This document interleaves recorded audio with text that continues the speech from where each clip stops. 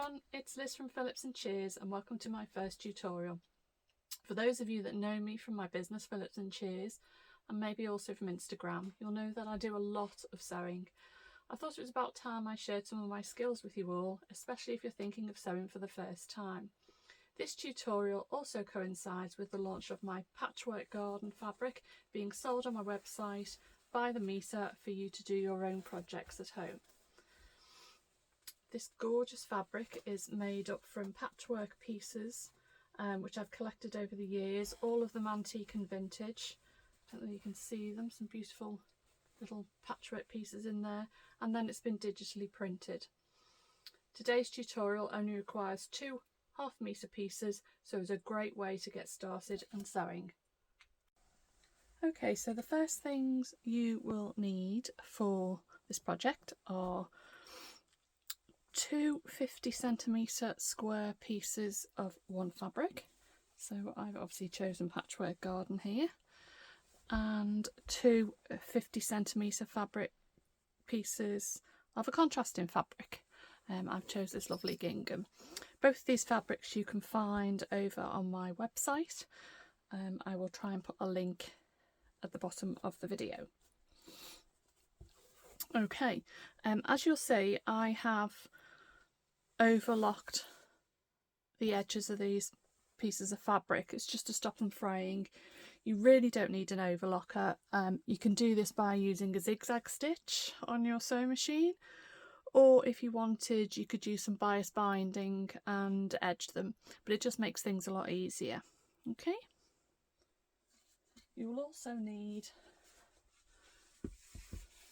some tape.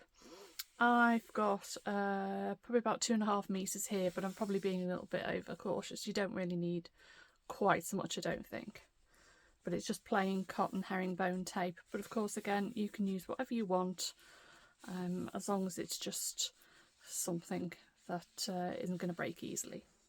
So the first thing we're going to do is we're going to take our piece of fabric, the first one, and the contrasting fabric we're just going to fold in half, wrong sides together. And then what we're going to do is take all 3 layers of fabric and we're going to sew along this seam, and we're going to do the same with the other piece too.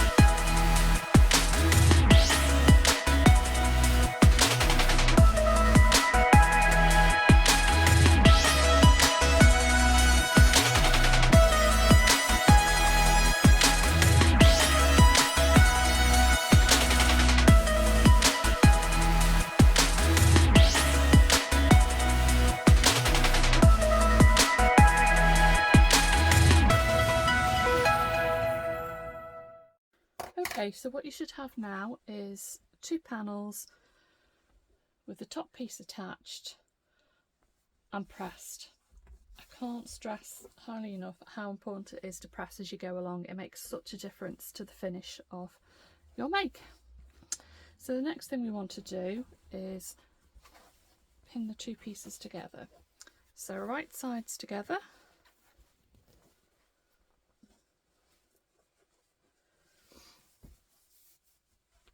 And the first thing to do is to make sure that your seams match up. So place a pin in there and do the same on the other side. There you go, see, matching up your seams.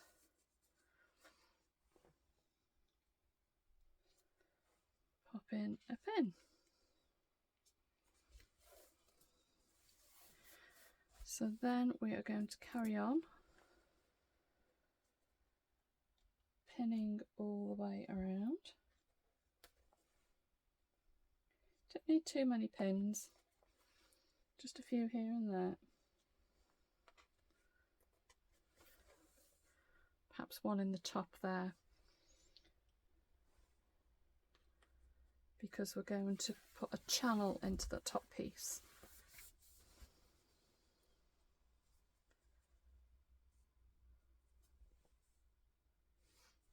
Okay, pin.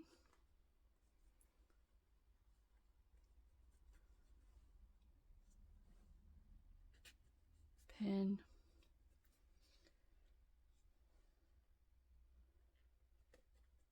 And a pin. And then just the same along the bottom.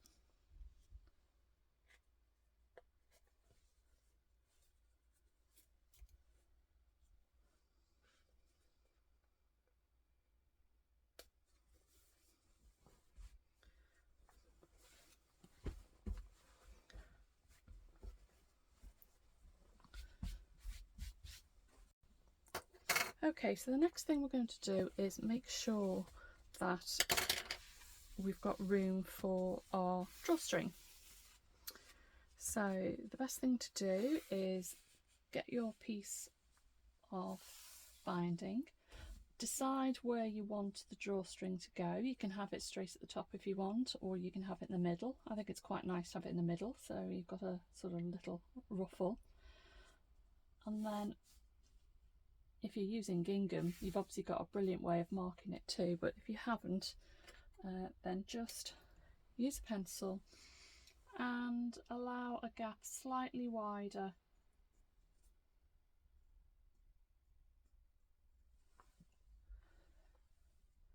than the binding.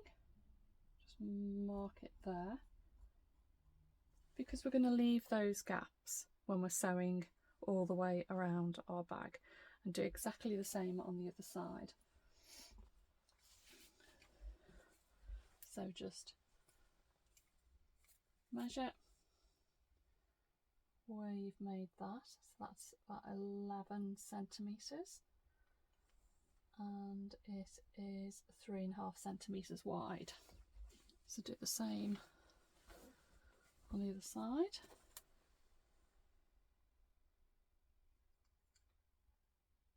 .11 centimetres and 1, 2, 3.5 centimetres wide.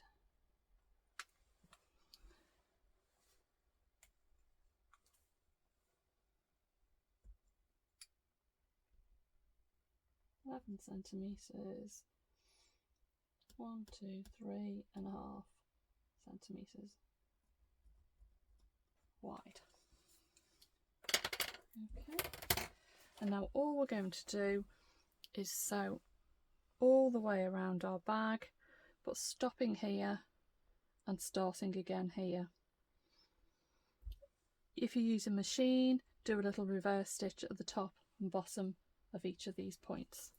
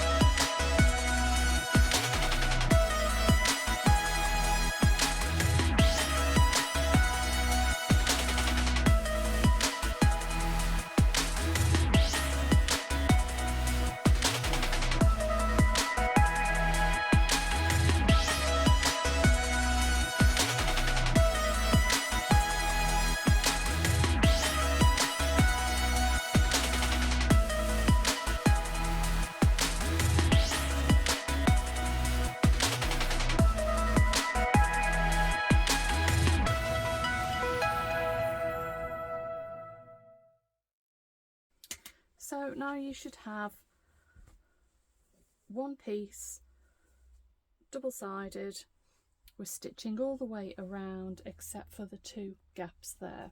So just snip off all your loose ends and then press again. Once you've finished sewing all your seams, take it to the ironing board, give it a good press inside and out and turn the right way around. Okay, so now we've got everything neatly pressed, we just need to put in the channels for our webbing. So using the marks that we made earlier, just draw a faint line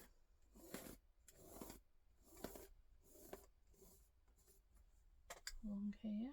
As I say, if you're using the gingham, then you've probably got a good marker anyway.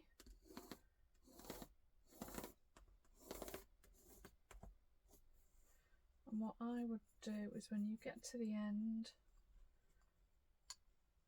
just lay it over onto the other side like that, line it up.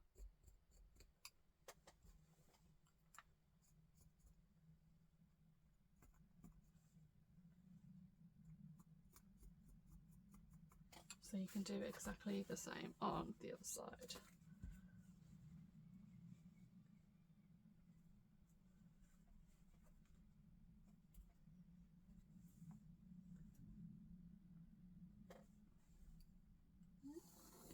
Oops.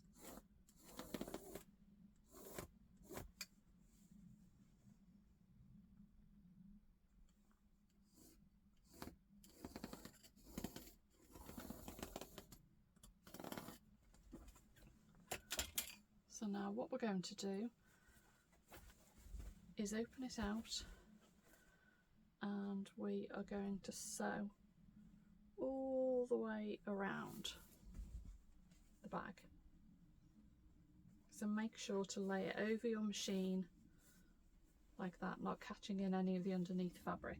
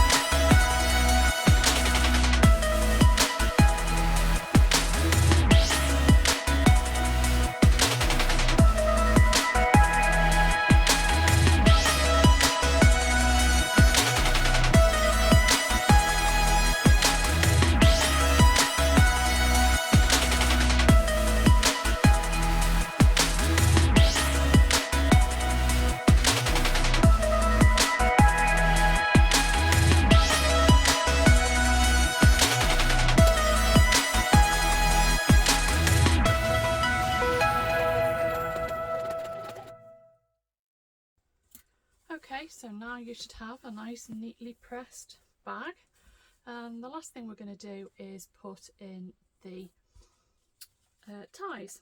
So we want 2 pieces of binding that are twice the width with a little bit more on the end. Okay, and there's the other. And just put a safety pin on the end of one.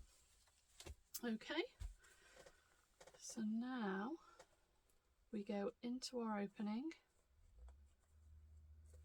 Little bit fiddly this bit, but we'll get there. Oops, caught on a thread which I'll snip in a minute.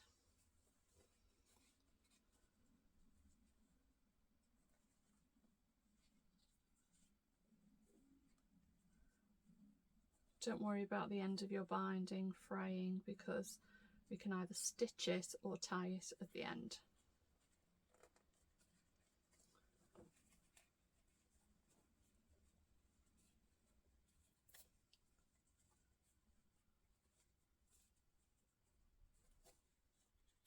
Okay, so now we're going to work our way along with the safety pin. Sure, we've all done this before on one thing or another.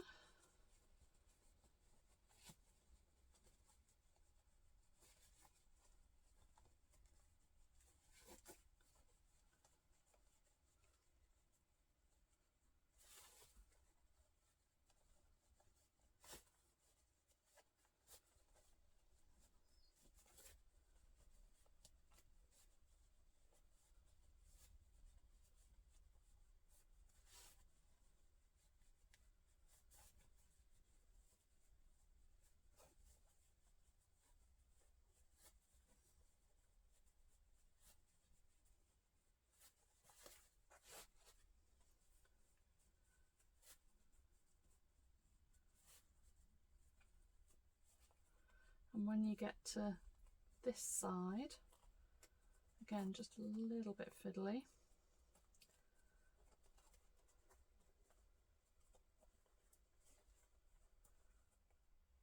Once it's come out of the opening at this end, there it is, a little tug. You then want it to go back in to the other side, exactly the same way.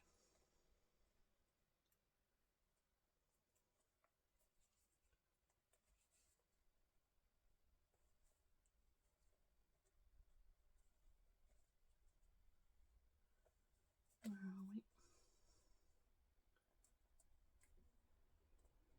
There we go. Turn it over.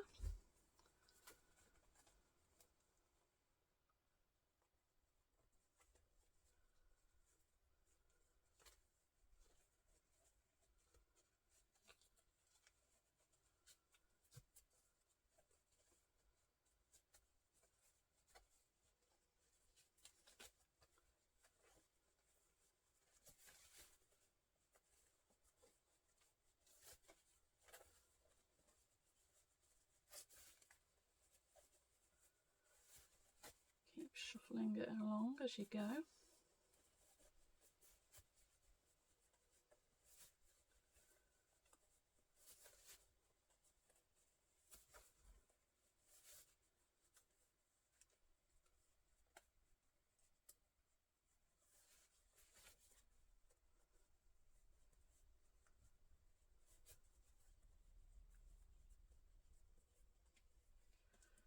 And work it out.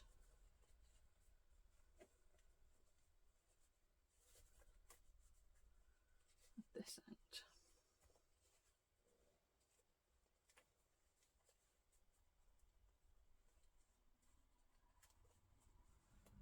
It's a little bit tricky. We'll get it there. That's one and done.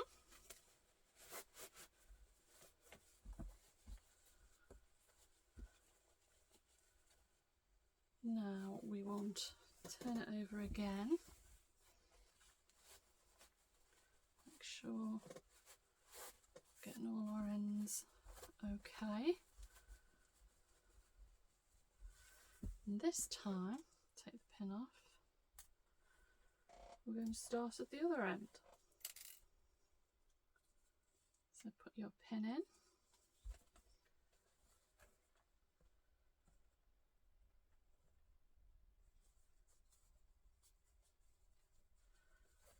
And start to make your way around again.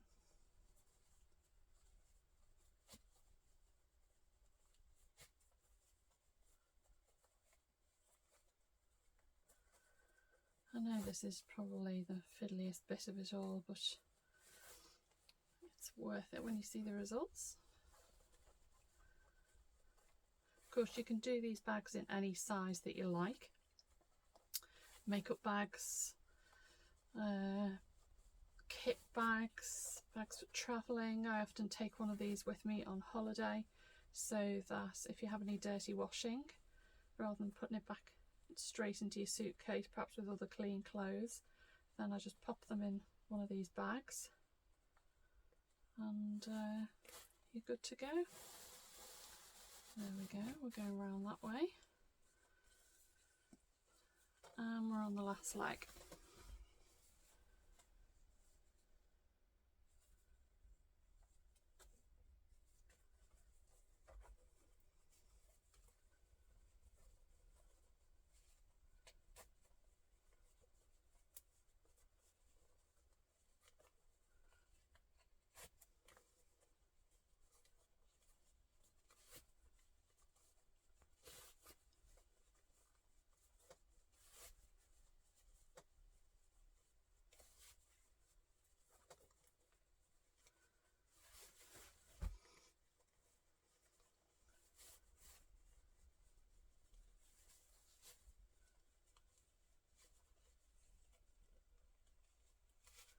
And we're through, just about. So pull it straight.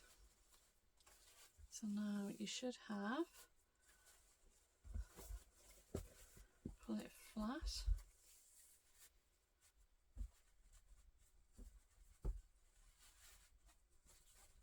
Two pieces either end.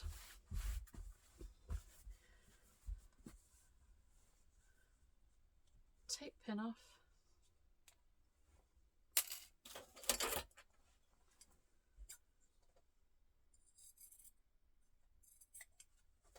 Trim any loose ends of cotton.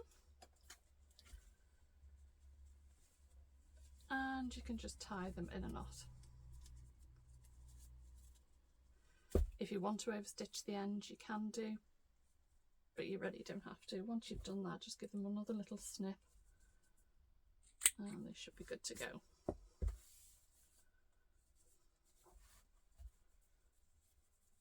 Get them even.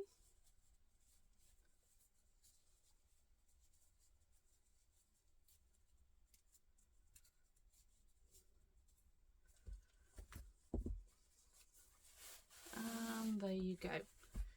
A lovely, flouncy, little bit of a frill, laundry bag, kit bag, bits and bobs bag, child's bedroom, junk bag, anything you like. I hope you've enjoyed this tutorial. Please do give me your comments. It's the first time I've done one, so any feedback is hugely welcome. I'll put details at the bottom about fabric and materials used again, and if you follow me on social, on Instagram, you can see more of my lovely makes. Thank you.